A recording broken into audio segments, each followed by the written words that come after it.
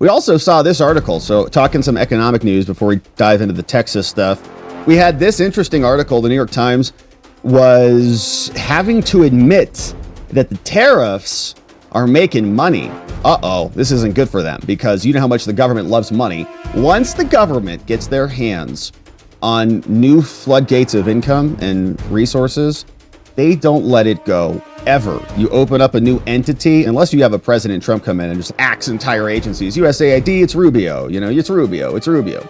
Unless you go down that road, then the bureaucracy is just like a cancerous tumor. It just grows every single year, bigger and bigger. It's an unstoppable force. Even Elon ran into this thing.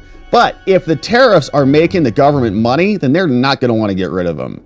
Just like they're going to have a hard time removing those flagpoles off the White House lawns. Just like they're going to have a hard time demolishing that ballroom, the Trump ballroom, that everyone will call it, even if it's not named that. But here's their article. They have to admit this. This is Andrew Durin catching a lot of attention here, saying, that's a good point, Trump's extensive tariffs have already started to generate a significant amount of money for the federal government.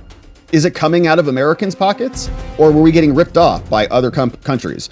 A new source of revenue for a heavily indebted nation that needs the money. As part of his quest to reorder the global trading system, Trump has imposed steep tariffs on America's trading partners. And even before the latest tariff, though, kick in, revenue from taxes collected on the imported goods has grown dramatically so far this year. Look at that chart, baby. It reminds me of the Biden spending charts after COVID, remember?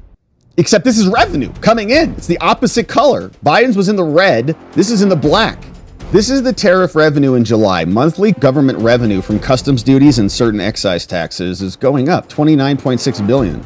Now, indeed, Mr. Trump has routinely cited the tariff revenue as evidence that the trade approach is working, which has sowed uncertainty and begun to increase prices for consumers. Yeah, they say. They told us it was going to go like 50%, remember? You're never going to be able to buy a gallon of milk again.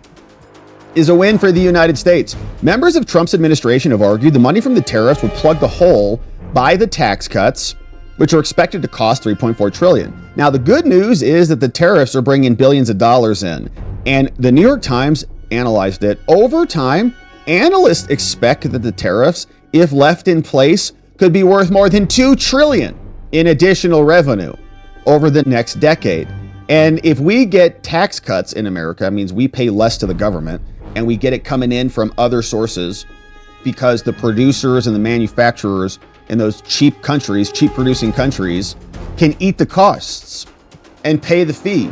And then if they don't want to do that, then they can just reshore the manufacturing here in America.